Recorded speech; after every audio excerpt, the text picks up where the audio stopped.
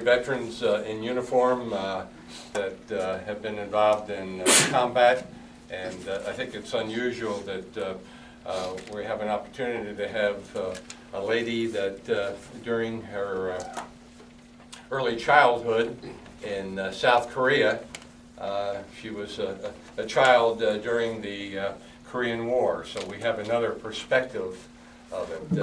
You know, so often we focus on the military conflict and nothing about the civilians on the ground. So she's going to share something with us. But a little background on Therese. She's an amazing woman. She is many different things, but she came to the United States as a cellist. She's a professional musician in 1966. After 30 years of performing, and during that time she also obviously became an American citizen. She married, became a mother and a housewife, and then she had another career change. She began as an author. She's authored in I hope I get this right, in 1996, her first book, and the book which I'm currently reading is a gift of an emperor. And if you want to understand how Koreans and people of China, you know, aren't very friendly with Japan, you got to read that book. I wouldn't be either. Her second book, which is on the counter here, and she has a few of them for sale for $10. It's the book that she'll share some information on the Rooster Crows at Night, a child's experience of the Korean War. And her most recent book is the one for $14, yes. The Northern Wind. It's a big discount to the price for yeah, and she told me a number of times she's not trying to sell the book for profit. In fact, it's at cost. You also know her as a regular contributor in the Kansas City Star and the I believe it's the Johnson County yes. edition. Johnson County Neighborhood News. In fact, they were supposed to print the one today, and I didn't see it, and I'm not very good. I'm not happy about it. It was a little bit too long. By the way, and I'll give her a plug, she is fresh from an engagement. The Georgia State University in Atlanta, Georgia invited her. She was one of 5 authors from around the world that was asked to come and present information on her most recent book. Go to her website, which I've done. She has, on the right side of her website, she has a number of past articles that are fairly short, but they're most interesting and to read. Teresa, you know, Teresa comes without a stipend, and if you were a soldier or a military person in Korea, the children learn to expect things from you. So before you start, I'd like to give you a little word.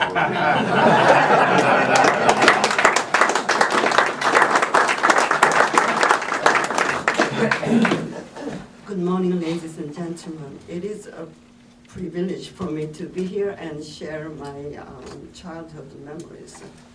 I'd like to correct the one thing Colonel said, that Korea and Japan are not very friendly, and that's very mildly putting it. We were Japan's slave for 40 years, between 1905 to 1910. I mean, 1945, when World War II ended. And during that time, they used the boys to fight for them, and girls to serve in the military as a prostitute. And 200,000 were taken, and Japan said it's not true. They didn't do it, but they hunted down girls from villages. And so I want to correct that. Thank you.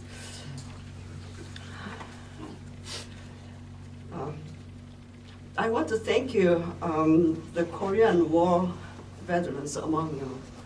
I want to thank you personally. Without you, we would not have survived. And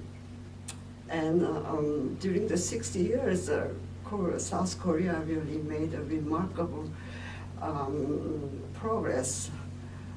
It was in a way pay off. They were so poor they could not do anything. How can you pay off for lives? 54,000 lives. And the only thing they could do was work hard and believe what you believed, and so became a very strong country today. If among you, the pilots among you, if during the war, you might have seen me, because we were studying on the mountain, and we saw so many American planes passing overhead, and we dreamed of America. And it was such positive energy we had. So I want to thank you. I want to give you the first glimpse of the war that we had. On June 25th, 1950, around noon, our neighbors knocked on our doors. As soon as the doors opened, they rushed in, talking about the bad news they heard. Our home was our family was the only family who had this radio. And so they came. It was a big Zenith radio. Somebody turned the radio on, they said. The radio man began to speak. He talked about 95,000 North Korean communists breaking through the 38th parallel with the Russian tanks, and that they were advancing fast. And he said that the border had been poorly guarded because of some military event in Seoul the night before. And as a 9-year-old, I did not quite picture what was really happening and why everyone was acting as if though somebody had just died, sighing, shaking heads, and clicking their tongues, and even crying. The only, the next morning, I understood the gravity of the situation. We always had a Monday assembly.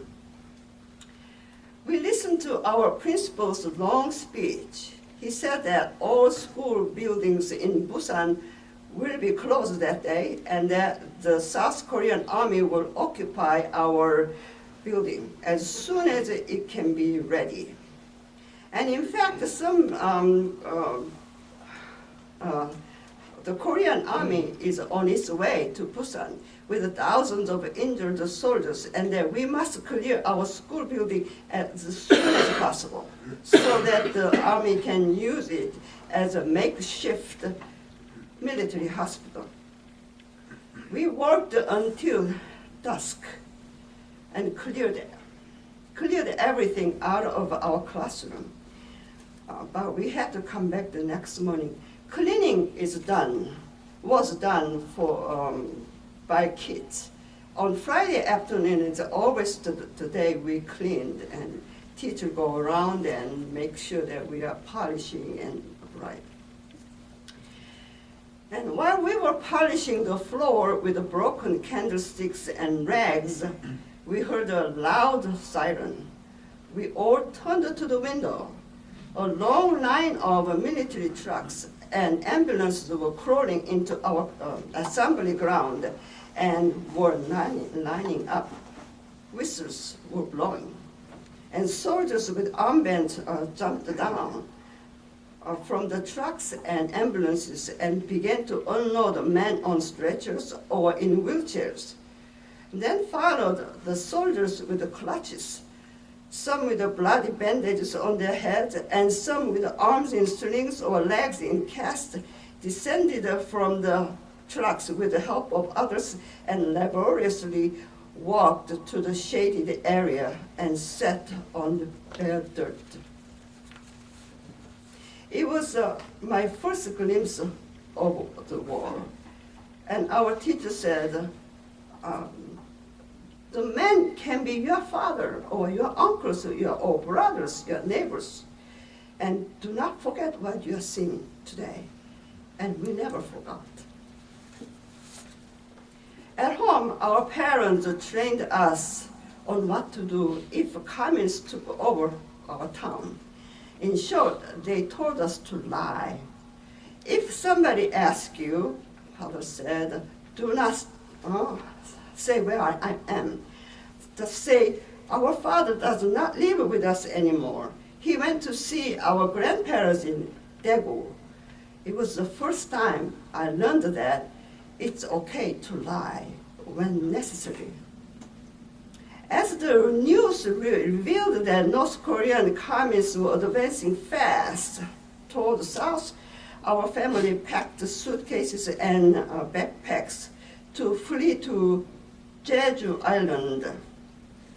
Then came the news that the American President Harry Truman declared the U.S. support of South Korea and that 2 military divisions from the occupation army in Japan will arrive in a matter of days. And they did. And even today, I hear the crowd shouting, "Thank you, Americans. Welcome." And our school kids shouted in English. Our very first English slogan we learned. Said, "Victory, USA." We held the American flags and shouted. And many adults were crying. Soon, Busan became the temporary capital and was under martial law. The curfew was 10 o'clock. And also our then President Seungman Rhee, 78 years old Princeton graduate, ordered all citizens to eat only 2 meals a day, including school children, to save rice for the fighting soldiers. Our mom broke the law by feeding us boiled sweet potatoes and always telling us not to brag about it. And it was a time the rice was very tight. Inflation was so severe that people preferred to hold on to their beloved rice or other grains than holding on to cash. At least 2 corrupt rice wholesalers in Busan were tried at the military court, found guilty of creating monstrous rice crisis, and were executed. The city ordinance was changed. When the population grew 10 times bigger, we had about 250 people, but it went to more than 2 million. And each homeowners was forced to provide space for refugees according to the number of people in the family and the size of the home. 2 families moved in with us, 3 adults and 2 kids, and they stayed for a few months. Long vacation was a boring time for kids who had no school to go to. My 8-year-old younger brother and his playmate invented a new game. They executed Kim Il-sung, Kim Jong-un's grandfather, calling themselves General MacArthur or General Dean or General Armand, General Smith, and drilled their bamboo sticks into a haystack, saying, "Kim Il-sung, you deserve to die." But Kim Il-sung never died. So the boys had to kill the villain again and again, and day after day, until they were completely exhausted and bored with the killing. I wish I could help them. But if I did, I was afraid that my mother would have a heart attack. In Korea in those days, girls couldn't do anything.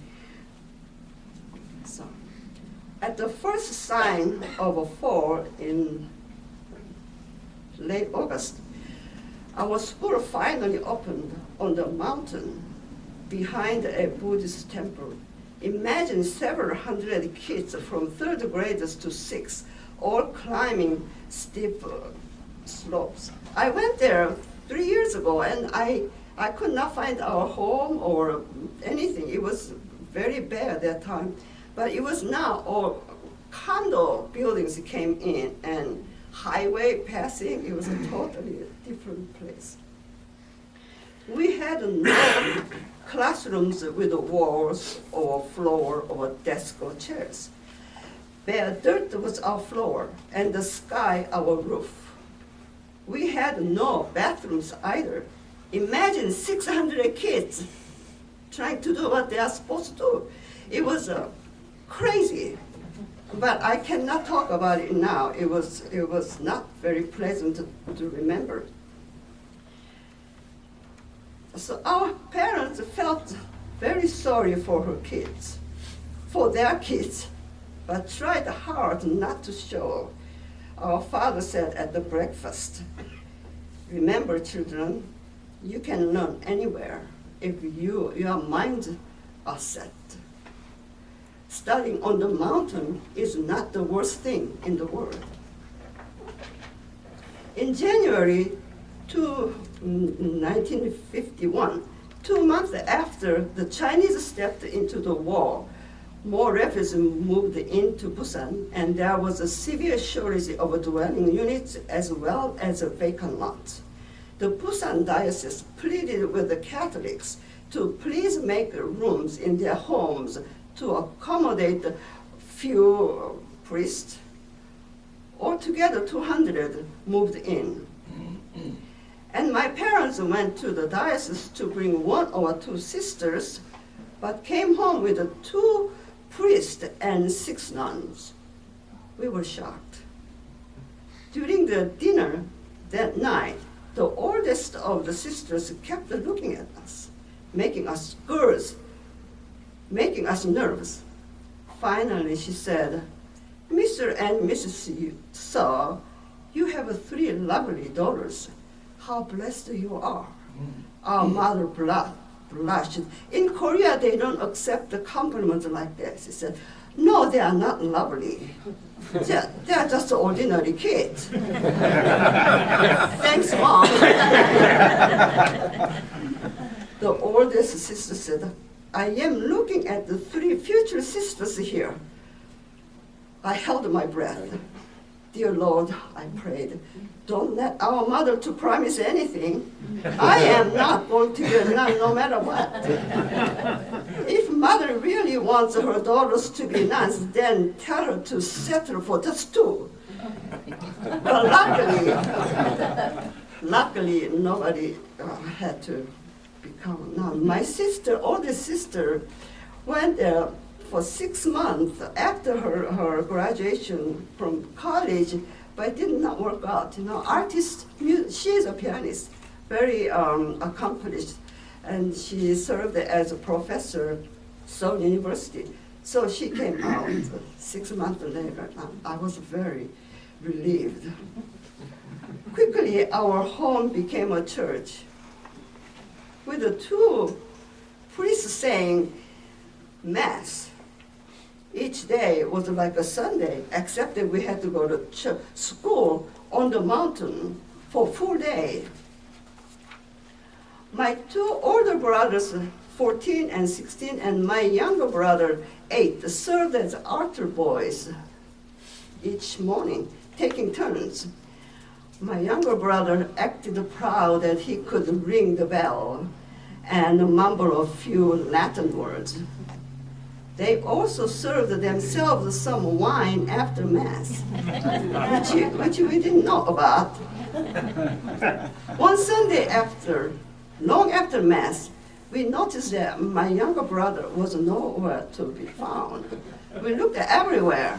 Finally, my father found him behind the altar table, fast asleep. a scent of wine about him. My two brothers confessed their sins of just tasting. It was obvious that my younger brother had consumed a bit more than his older brothers that particular day. Intentionally or unintentionally, I do not know. In April 1951, President Harry Truman removed General MacArthur from the U.S. Supreme Commander of the Far East for ordering the UN troops to cross the 38th parallel and to advance farther north, all the way to the Manchurian border. And Sung Man Rhee, he was hoping that MacArthur would drive the communists out of the peninsula and hand him the entire Korea to rule. But it didn't happen. So about this time, the world leaders were trying to end the war. Russians were not interested, and Chinese were losing too many men and too many money. So as the protest to the UN leaders to end the war without his consent, he ordered a lot of organizations to rally against the peace talk: school children, labor union, religious groups, educators, and even women's group. I can't remember how many times we kids demonstrated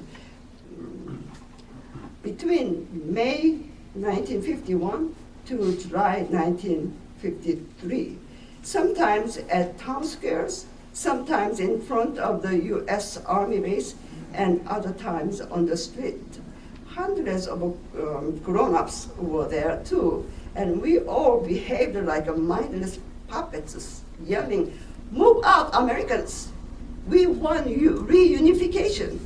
We will fight until the last man."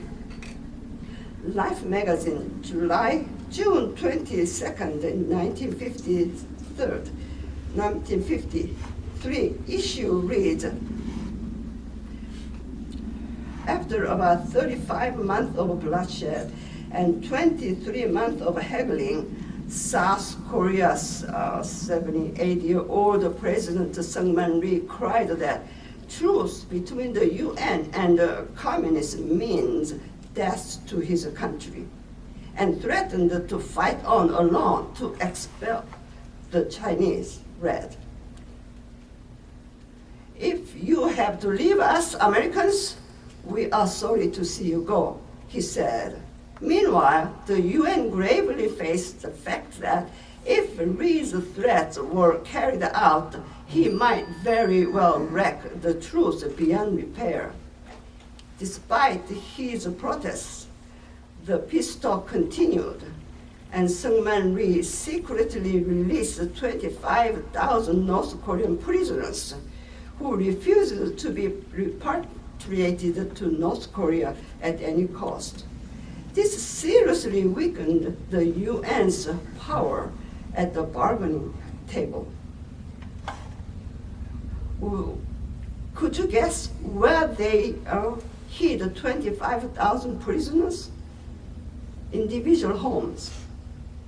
At night, after midnight, two MPs brought two men in civilian clothes. They said, "This is the president's order. Keep them safe until we come and get them." It was very scary. My father was really worried. He's a communist. But they never came to collect them.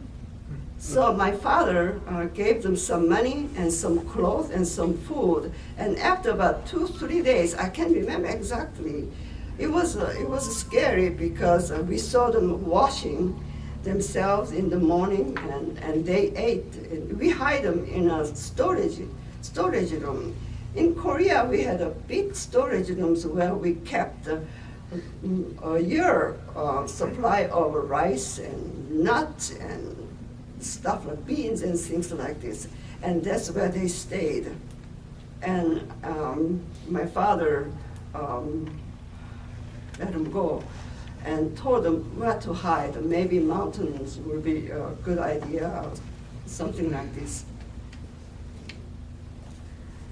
My most cherished memory of the Korean War as a child is rooted from the time a group of us girls rode an American military truck to the US 8th Army base or to a school that had turned into US military hospital to entertain American soldiers.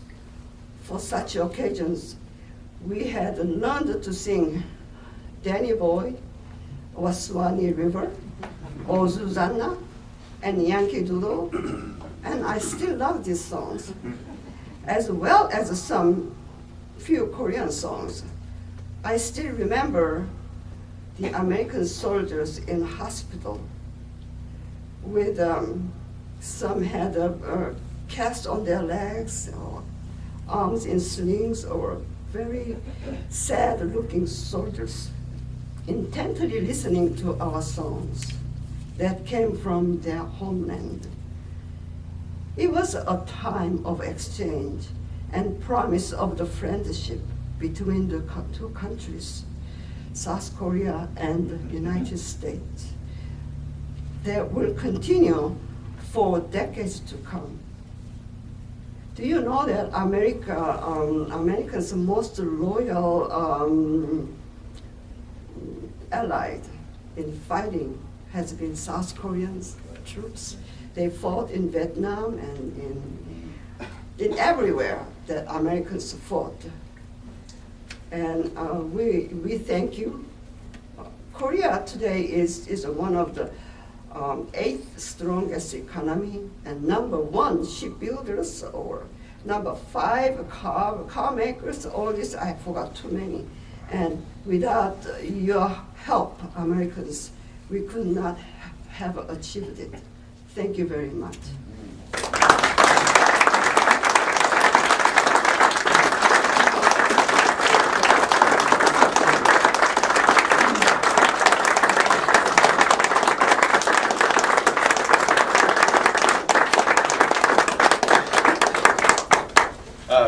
Teresa has gifted the squadron, have a seat, with this book that is from the Korean government. I've been paging through it, and it'll be on our library shelf. Anybody who's a Korean War veteran can contact Tom Stevens of the Korean War Veterans Association in number 181 and get a free one. But what's really kind of interesting is it's a very nice pictorial informational recap of the Korean War, and it obviously we remember the forgotten victory, honoring the men and women who served during the Korean War. And then it, the back end of it, a lot of photographs of GIs and the war, and then it also deals with how Korea, as Teresa has indicated, has grown to become a world economic power. Believe me, when we struggle with manufacturing in this country, Korea does not have a problem with manufacturing. Any questions for Therese? My first question is, I'm always amazed of how many people are named Park, P-A-R, in Korea. Tell us about that. Yeah, okay. We say in Korea, if you go to a mountain and throw a rock, it will hit either Kim or Lee or Park. Did that answer your question? Okay. It's actually a buck, but because our B is stronger than be here, like a boy here. We are back a little, so it's they put Busan also is actually Busan, but we use P. Busan is close to P, so that's okay. Any other questions? How'd you happen to come to Kansas City? Oh, I after I graduated college with a music degree, I went to Paris, and I was very lucky. In those days, a lot of countries were welcoming poor Koreans to study. So I went there with paying nothing. And the tuition was very cheap because the government helped. So tuition was like $32 a semester. And I lived with sisters' home, convent. I want to tell you that because of two priests brainwashed my oldest brother, and he became a priest. So he was in seminary at the time. So he arranged with some connection. I don't know how he found. He told me he just walked one day and then found a convent, and he went there. Said, I am a Korean seminarian, and my sister wants to come and study music, and she, would you have a room? They said yes. That's how I stayed 2 years, and without paying a penny. And they gave me 3 meals too. So it was, I was very lucky. Yeah. And then I was finishing my degree, master's degree in performance, and I always wanted to come to the United States. That has something to do, B-29 flying overhead. I dreamed of going to America, and I sent about 10 or 12 letters to mid-sized American orchestras. And the only orchestra responding to me was Kansas City Philharmonic. The manager, the manager spoke some French, and he said, our conductor, Hans Schwiger, is in Germany touring. And if you go to Karlsruhe this Friday and meet him at this hotel at 6 o'clock, maybe you can audition for him. So that's what I did. In those days, in Europe, they had a lot of rules for Korean students because they always related with a communist Korean. So there's a rules that I have to get permission from the police headquarters when I leave the town. Coming back, I have to do the same. In this case, I have to go to the German embassy. And I was very lucky. I got the permits. So I went there, and I took a train. It's only about 3 hours train to Strasbourg, and then 2 hours, something like this. So he was a German. He spoke very strong with accent. He hired him right there, and he said, I will be your sponsor, because you have to have somebody to say, we need this person. So that's how I came in the fall of 1966. And the first day, I arrived at the municipal airport. It was long before international airport was built, and I was really surprised. Is this America? I couldn't believe that's nothing. And there was such a strong wind that pushed my cello this way and that way. I was, oh my gosh, I didn't know America had so much wind. And I was coming through downtown in the cab, and I was surprised there's so many vacant houses boarded up. There's homeless people seeing this. Why didn't I go to Korea? What is this? So, but when I arrived in my hotel, they're called a hotel apartment. It's called the Chimes Hotel. And another surprise, they had roaches. Oh.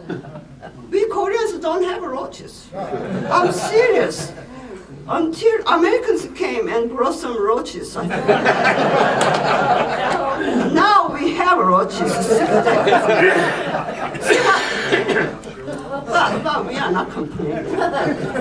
So that's my story. Any yes? I want to, I don't know if anybody who served in Korea got included on this, but last year I was at a program Community Services Organization last year, and Jack, I can't remember his last name. Jack he was Kurumi, American. Kurumi, Jack Oh. Kurumi. Is he? Are you talking American about Legion? Korean War veteran? Yeah, Jack Kurumi. He said, and I don't know how they contacted Korean vets, but he was one who went to Korea, had a wonderful time, shared pictures, and talked about, and this was all the Korean government saying, thank you. Yes, I want to explain about that. That started in 1975 during Park Chung-hee time. Do you remember Park Chung-hee? He was a dictator who succeeded the coup d'etat in 1961 and then ruled Korea for 18 years. And his coup d'etat buddy assassinated him with a gun.